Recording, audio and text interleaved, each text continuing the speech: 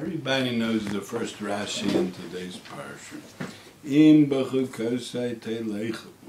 So Rashi says, what does it mean, b'chukosai teilechu? Shetiyu amelim b'Torah.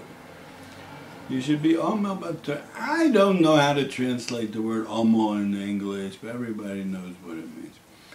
To toil in Torah. It doesn't sound good to me, the translation. To work hard, maybe. But that's b'chukosei teilechu, and all the brachos come in that schus. But then it's not so famous. The next Rashi, v'im lo sishmu li, and the whole tochacha. So Rashi says, what's it's not the next Rashi. It's down a few pasukim down. The next parsha. Yeah. V'im lo sishmu li. Lios amelim b'Torah. You won't be Omer b'Torah. What's going to happen? Such terrible kololas are going to be achaltem b'sar b'neichim b'sar b'nosei. Well, it's a 7-point. And a whole list of the tochacha that's going to happen. Mamish. Nora Noros. Says Rashi, you won't be Omer b'Torah, but it says Sheva kechatosechem. There's 7 madregas, Rashi says. From the not being Omer b'Torah, you go down, down, down until it comes Sones haChachomim. He's Sonei the Chachomim, and then this Kofer b'Torah and Kofer b'Iker comes out. And the end comes out haCofer b'Iker. He wasn't Omer b'Torah. He sat and he learned the sugya of Shnai Mochzim B'Talis. He learned the sugya of Reb Chia Kamaisa, but he wasn't Omer in it. What's Yachloku? What is it? What kind of din is it? Is it just a pshara? We make psharas here, or other things? What is it? He wasn't an Omer b'Torah. That he didn't sit and work hard on the Gemara. That brings to a kofer b'Iker. He doesn't believe in the existence of Hashem. Of course, we have to. How is it? Why is it you can't be a frumah yid without Omer b'Torah? I know a yid that he's very holy. He says Tehillim, he learns Chumash, he reads Likutei Moharan, and he goes to Daf Hayom, and he's very holy. He screams Yesh Me'Rabbah. What's wrong? So he's not Omer b'Torah. So what? So what? And there are a lot of people like that. And why is it that it's going to bring to kofer b'Iker? The truth is that you can't really accuse people of not being Omer b'Torah because you don't really know their everyday life.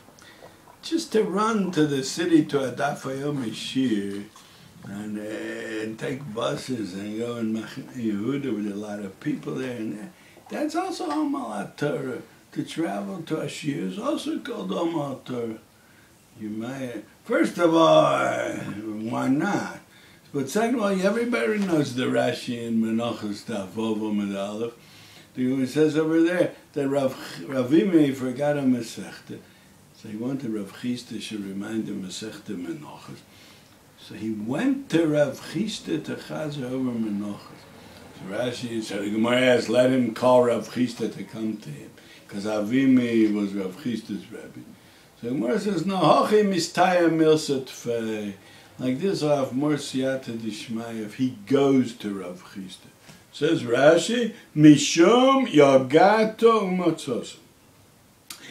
If he goes just to going to Rav Chisda, that yagato umatzos, and from that I'll have siyata d'shmai.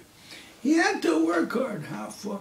I would be makir tova if somebody could figure out how far it was from Avimi to Rav Chisda, but I don't know who knows that. You see that the hisamtzus, the effort that a person makes to learn Torah, that's called Omer Torah. So each one has his Omer Torah. There's sometimes a person has to go to a shir from Har Nov till Shari Chesed. That's all. That's his Omer Torah, maybe. There's some people that they're in a bad mood. They don't feel like sitting and learning. And they learn anyway. That's the Omer Torah. There's some people that they learn the Gemara and everything looks good.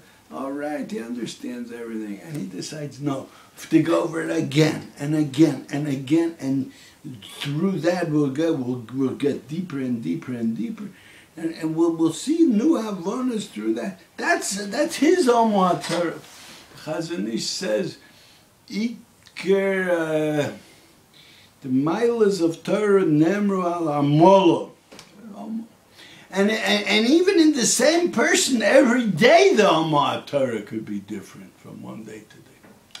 But somebody that sits back and is not Omar Torah at all. And Rabbeinu Yonah says in a certain place, those people that they come home at night from work and they sit around and waste their time, Aleim Nemer Kidvar Hashem Bozo. Somebody that he works all day and he comes home at night and he watches television. It's Kidvar Hashem Bozo, the pasuk says. Because, and Mitzat Sheni, I know a very, very holy Yid that he lives in Lakewood, that he works very hard all day. And he learns maybe a half an hour a day. He's making a Kiddush Hashem, that Yid, that's his Omar Torah, that's his Chelak HaTorah, that's what he can learn. So with that he makes a Kiddush Hashem, it's the opposite of the Kidvar Hashem Bozo. So I want to say like this. But why should it go that far that it should be a Kofra Beaker? This week I got the answer. I was going in Friday morning last week. And there's a shul here that they call it the Dutch shul. And next to Ezra's Nashim, there's a table there. And they put all the alonim, I say that in English, the different pages that come out on Divrei Torah and the Parashim.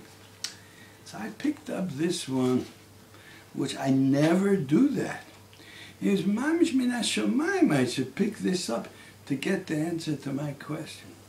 It's called Shabbaton, and they call it L'chol Mishpacha Yehudit, for every Jewish family. Now this comes from the Leumi people. These are the people that they talk a lot about Eretz Yisrael. They love the land. They settle the land. They talk about the land. They celebrate Yom Ha'atzmaut. And they say, Halahodu Lashem Ki Tov, that the Rishonim were successful, they say, on that day. And I picked this up to look at. Now, I'll tell you the real secret why I picked it up. Because I once saw an article in this that was very meragesh me. I was very, yeah, I say that in English. I was very, I got very emotional from a certain article I read. From a certain professor, maybe. He was called, oh, here he is. Oh, no, not him. Aviad, he's called Aviad. I could be he's in America even. So he wrote that on Yom Ha'atzmaut he's thankful that he tells a whole story that he took his grandchild to Gan, to kindergarten one day, walked with his grandchild. It was a 3-minute walk. His son asked him to take the grandchild to Gan, and he's so thankful to Hashem. He was zocheh to have a grandchild, and he was zocheh to take him to Gan. And he says in the previous generation, not everybody had grandparents, and a lot were killed out in the war, and even in the child was, and some children didn't have what to eat, and so on and so forth. And that he thanks Hashem on Yom Ha'atzmaut. Now, that's exactly what I feel, but I thank Hashem every day for that. I have the zchus to do the same thing. I go with my grandchildren one day a week, pick them up from cheder, take them home, eat lunch with them, talk to them, play with them, all kinds of things. I don't thank Hashem on Yom Ha'atzmaut. I thank Hashem every day, or at least I should have it in mind, or at least I know that I should have it in mind.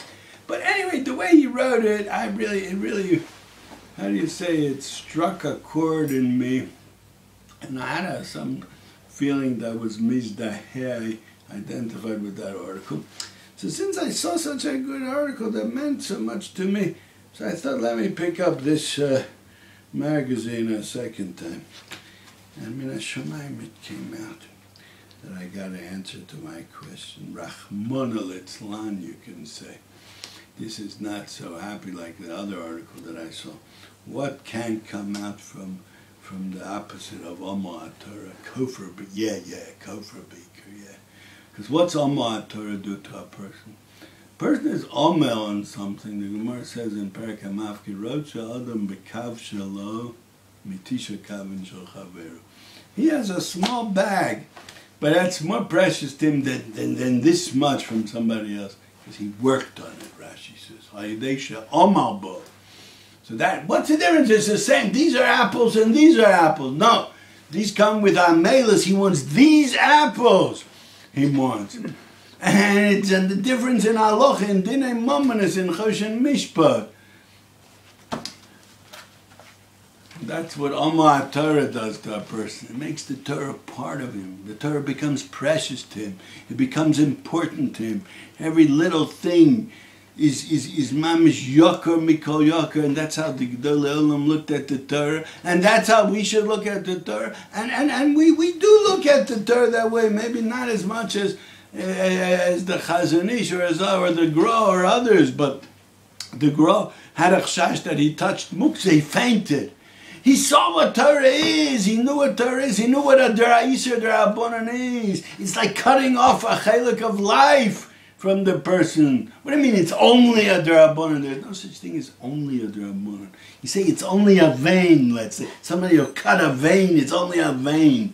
Somebody would say that. Shota would only say such a thing. That's a Yisur D'Rabbanan. That's how the Gedolei Olam knew that. Where does that come from? Amma Torah comes from. Rachmana litzlan says this person that his name is Profesor Aviad hacohen, and I'll still talk about the name of Aviad if the producer will give me the time. And what is he? Dekan Amerkaz Akademi Sharei Mishpat. I don't know what that is. You know, I'm ignorant. I don't know what's going on in their world. It must be a law school. And what's Dekan probably means what they call by us the Menah or the Rosh Hashiva. He's the head of this school. Now, is he wearing a yarmulke or not? You can't tell from the picture here. You can't tell if he's wearing a yarmulke or not. But the apikorus doesn't matter if he wears a yarmulke or not. The apikorus is the same apikorus whether he wears a yarmulke or he doesn't. So he asks a question. How could we keep Shemitah in a modern Medina, he asks. He says like this, and I don't like to read from inside, but just 2 or 3 lines, and then you'll see it'll be more. Can Medinas Yisrael and its economy in the time of Kalkala Globalit of the Mea HaTwenty-One, can we, with a global economy, can we be noeg just like individual farmers in the primitive farms lived? Can we live the same way? What's the apikorus saying here? The Torah is a problem! Shemitah is a problem in the modern world. The modern world is not a problem. Modern world is a world. It's modern, it developed, it advanced. Shemitah is the problem. Torah is the problem, says the apikorus. Says the kofar. And he goes further to say, Rachmana litzlan, Hashem should save us from such deus kozus. Great people like Rav Kook and those that went in his ways, they understood that you have to look at the macro and not at the micro. I don't know, how do you pronounce it in English? Is that the right? I think so. Yeah. That you have to look at the economy of the state. We have another few seconds. And the